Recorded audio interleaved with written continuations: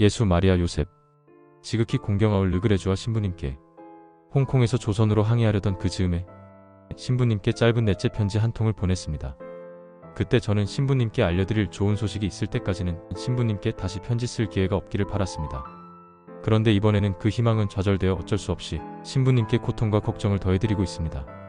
왕포에서 7월에 출발한 우리는 다행히도 조선 근해에서 첫 섬을 발견할 때까지 별탈 없이 무사히 항해하였습니다.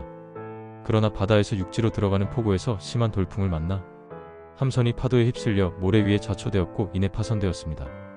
우리는 모두 어떤 섬으로 피신하였습니다. 그래서 함장은 지체 없이 종선을 상해로 보내어 서양 함선들에게 구원을 요청하였습니다. 우리는 피신한 섬에서 한 달 이상 천막을 치고 살았습니다. 그러는 동안 왕도 서울에서 한 관장이 다녀갔습니다. 인근 고을의 관장들은 우리에게 매우 인정있고 너그럽게 대해주었고 우리를 중국으로 돌려보내기 위한 거룻배와 식량과 기타 필요한 것들을 모두 마련해 주었습니다. 그러나 조선 대신들은 세실함장의 그 전에 3명의 프랑스 선교사들의 사례를 문책한 편지에 대해서는 아무런 회답도 하지 않았습니다. 제 생각에 만일 라피에르 함장이 이에 대하여 명쾌히 했더라면 그들은 틀림없이 회답을 하였을 것입니다.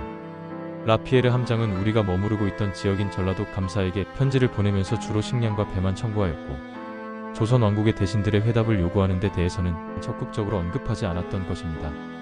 비록 세실 함장의 편지에 대한 회답은 없었지만 라피에르 함장이 그들에게 청한 것은 그대로 다 들어주었습니다.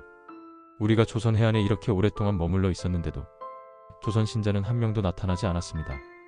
저는 혹시나 신자들에 대해 무슨 소식이라도 좀 알아낼 수 있을까 하여 날마다 탐문하며 기웃거렸습니다. 저의 동포들을 보기도 하고 그들의 말을 듣기도 하니 크게 위로가 되었습니다. 이윽고 제가 그들과 담화할 기회가 생겼을 때에는 이루 말할 수 없이 기뻤습니다. 저녁이 되면 혹시 신자의 거룻배가 우리에게로 오지나 않을까 하여 사방을 두루 살피면서 기대도 하고 기도도 하느라고 애가 바짝바짝 탔습니다. 하루는 우리가 가장 가까운 고을의 관원들한테 가서 어떤 일에 대해 협상을 하였습니다. 그리고 그날 밤에 조선 사람들 몇 명과 함께 그들의 작은 배를 타고 돌아오는 길에 저는 그 조선 사람들에게 종교에 대해 조심스럽게 물어보았습니다. 저는 혹시 저의 본색이 탄로날까봐 조선말을 하지 않고 손바닥에 한자를 써가면서 대화하였습니다. 그들 중 한 사람이 저에게 가까이 와서 예수님과 마리아를 아느냐라고 물었습니다. 알고 말고요. 잘 압니다. 당신도 압니까? 당신은 그들을 공경합니까? 하고 제가 그에게 대답하는 동시에 조급하게 물었습니다. 그는 그렇다고 시인하면서 우리 둘레에 있는 외교인들에게 들킬까봐 조심스러워 이내 대화를 중단했습니다. 저는 몰래 기회를 엿보아 남에게 들키지 않게 그이의 손을 살며시 잡아 끌어당기고 한문을 써서 물었습니다. 당신 가족이 전부 신자입니까? 신자들이 어디에 살고 있습니까?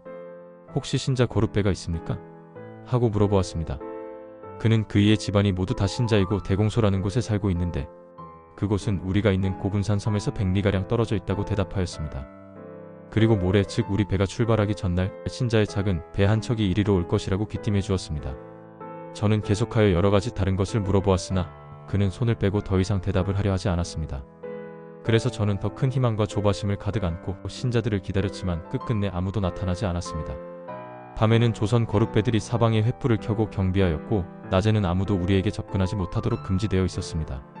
관원 한 사람을 따로 붙들고 조선에 천주교 교인들이 있습니까? 임금님은 아직도 천주교인들을 박해합니까? 하고 은근히 물어보았습니다. 그는 임금님이 천주교인들을 혹독하게 벌하고 많은 천주교인들을 죽였으며 아직도 죽인다고 대답하였습니다. 함장이 조선 대신들에게 편지 한 통을 보내면서 그리스도교의 호의적인 중국 도강 황제의 칙령 사본 한 통을 함께 보냈습니다. 1844년 10월에 천국과 프랑스가 황포 조약을 맺었습니다. 이로써 중국에서 천주교의 금지 조치가 완화되었습니다.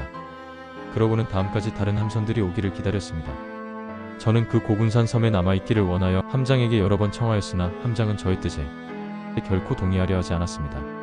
저는 서원까지 하면서 간절히 소망하여 마지 않았고 또 천신만고 끝에 가까스로 여기까지 왔는데 이제 손안에까지 들어온 우리 포교지를 어이없게 다시 버리고 부득이 상해로 되돌아오지 않을 수 없게 되었기에 저도 모르게 눈물을 줄줄 흘렸습니다. 그러나 우리는 아직도 희망을 잃지 않고 아직도 낙담하지 않으며 여전히 하느님의 자비를 바라고 하느님의 전능하시고 지극히 선하신 섭리에 온전히 의지하고 있습니다. 저도 하느님 안에서 항상 영원히 희망을 가질 것이고 하느님의 영광을 위해 일하려고 저 자신을 온전히 하느님의 손에 맡겼으니 그분을 언제나 믿을 것입니다. 주여 보소서. 우리의 비탄을 보시고 당신의 자비를 기억하소서. 우리의 죄악에서 얼굴을 돌리시고 예수 그리스도와 성모 마리아의 성심의 눈길을 돌리시어 당신을 향하여 부르는 성인들의 기도를 들어주소서. 공경하올 사부님께 지극히 미약한 조선인 최 토마스가 엎드려 절합니다.